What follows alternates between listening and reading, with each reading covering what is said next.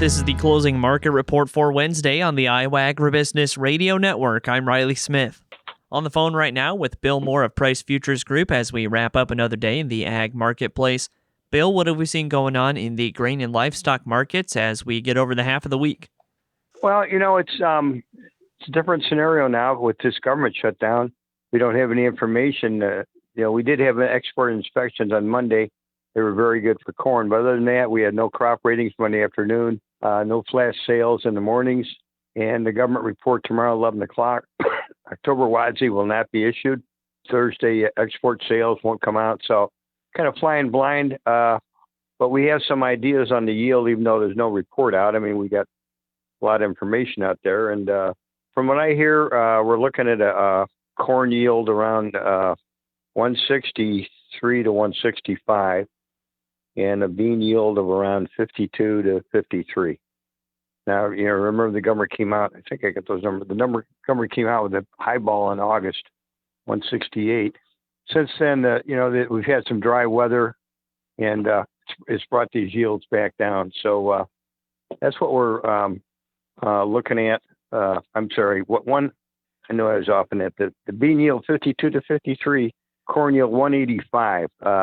Was 188 in August, and maybe I've heard numbers as low as 181 because of the dryness and the diseases we've had since the middle of August. So, but we have to wait till the government gets back running again to find out, what these yields are, what they think they are. Meanwhile, the market has a positive day today. Again, the charts indicate the lows were put in August, starting with the December corn chart. We had that high ball estimate in August. The corn was at 395. It rallied to 430, 35-cent rally, and it's only now about 7-8 cents off the top. So the market is, I think, dialed in this record crop. It's waiting for harvest to become halfway done at least before the low maybe starts to rally. I think the lows are already put in again back in August. Same with the beans. Corn's a different situation. Exports are running 50% over a year ago in the corn, mostly Mexico, and that's supporting the market, especially with the corn the cheapest anywhere in the world. Obviously, below $4 corn is historically cheap.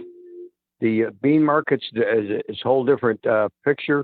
We do not have a record crop in beans, but what we do have is a problem with exports with China. As everyone knows, the China-U.S. deal is still waiting to be firmed out. But there is talk, at least from Trump in the last couple different times on his Truth social media outlet, that he'll be meeting with President Xi of China at the end of this month to try to work something out. And that's kept the market buoyant. There's what they call a hope premium built in that they'll work something out and exports will improve, later this year off of that. So farmers maybe are kind of squirreling away grain right now in anticipation of that event. That's pretty much, and beans right now until the beginning of the year are the lowest price too in the world, and that's attracting non-China demand.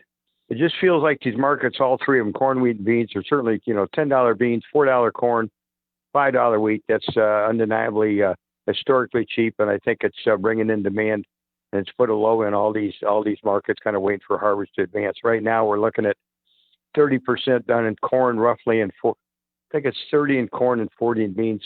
Maybe I got them reversed, but we're approaching the halfway point in both markets as far as the harvest progress goes.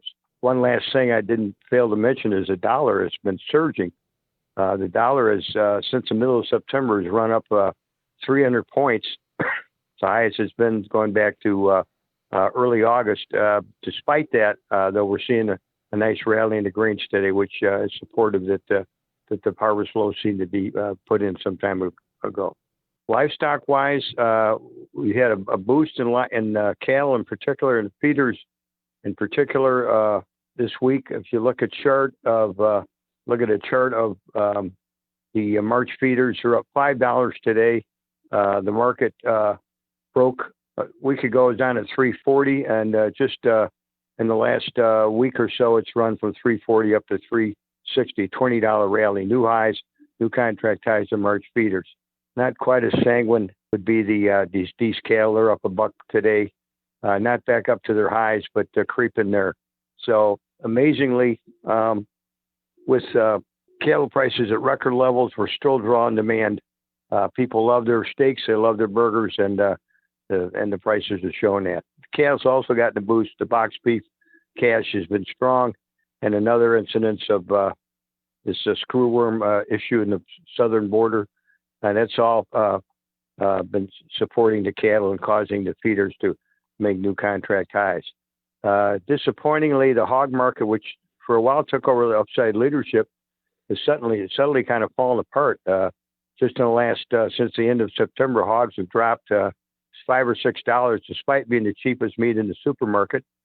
And maybe some of that's an issue with just people are afraid of demand for pork because of the government shutdown. We're kind of flying blind with this government shutdown, and obviously people like steaks and burgers better than pork chops. And so the cattle may well, at least the feeders, have retaken the upside leadership. But I think demand for both markets, pork and beef, will tend to be strong through the end of October. All right, Bill, lots of great information today. For anyone who would like to get in touch, learn more, and check out your newsletter, how can they do that? 630-947-5176 would be my cell. www.moore@pricegroup.com. You can reach me there and sign up for my newsletter, Agmaster, no charge on that. Finally, www.pricegroup.com, the company website. Look at the bios of Jack Scoville and myself. We've both been there a long time. We'd love to help you out. That again was Bill Moore of Price Futures Group. We'll look at the numbers next. In rural Iowa, you need reliable information. The Iowa Agribusiness Radio Network brings you ag-specific content like market trends, weather outlooks, and policy updates that matter to your operation, while your local station brings you community news and consistent updates on what is happening in your area. It's a partnership built for the challenges of rural life. Your farm, your local station, and your friends at the Iowa Agribusiness Radio Network, where Iowa Ag matters. Find us online at iowaagnet.com. At the close, December corn up 2 1/4 at 4.22 even. November soybeans up 7 1/2 at 10.29 1/2. December soybean meal up 1.10 at 2.78 even. December soybean oil up 44 cents at 51.48. Chicago wheat up 1/2 cent at 5.07 1/4. Kansas City hard red wheat up 1 1/4 at 4.93 1/4. Minneapolis spring wheat up 3 1/2 at 5.55 1/2. December oats down 1/2 cent at 2.87 1/4. On the Merc, October live cattle up 75 cents at 233.85. October feeders up $4 at 369.50. December lean hogs down 7 cents at 86.10. Pork cutout down 27 cents at 96.80. And October Class 3 milk up 4 cents at 17.19. That's been a check of the closing market prices. Thanks again to Bill Moore of Price Futures Group for joining us today here on the Iowa Agribusiness Radio Network, where Iowa Ag matters. I'm Riley Smith.